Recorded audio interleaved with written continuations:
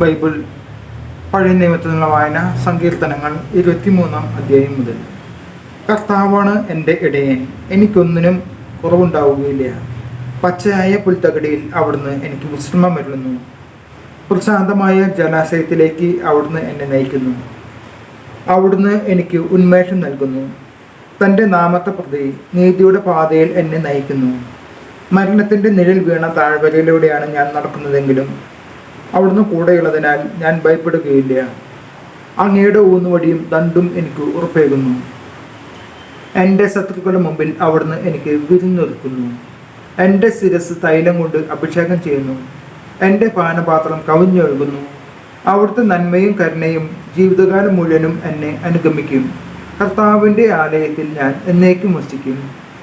ഭൂമിയും അതിലെ സമസ്ത വസ്തുക്കളും ഭൂതലവും അതിലെ നിവാസികളും കർത്താവിൻ്റെതാണ്.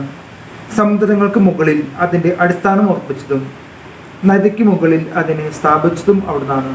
കർത്താവിൻ്റെ മലയിൽ ആർ കയറും? അവിടുത്തെ വിശുദ്ധ സ്ഥലത്ത് ആർ നിൽക്കും? കളങ്കമിറ്റ കൈകളും നിർമ്മലമായ ഹൃദയം ഉള്ളവൻ, മിഥ്യയുടെ മേൽ മനസ്സ് പതിക്കാത്തവനും കള്ളസത്യം ചെയ്യാത്തവനും തന്നെ. അവൻ്റെ മേൽ കർത്താവ് അനുഗ്രഹം ചൊരിയും. രക്ഷകനായ ദൈവം അവന് നീതി നടത്തി കൊടുക്കും. ഇപ്രകാരമുള്ളവരാണ് അവിടുത്തെ അന്വേഷിക്കുന്നവരുടെ തലമുറ. അവരാണ് യാക്കോബിൻ്റെ ദൈവത്തെ തേടുന്നത്. കവാടങ്ങളെ ശിരസ് ഉയർത്തുവേൻ, പുരാതന കവാടങ്ങളെ ഉയർന്നു നിൽക്കുവേൻ.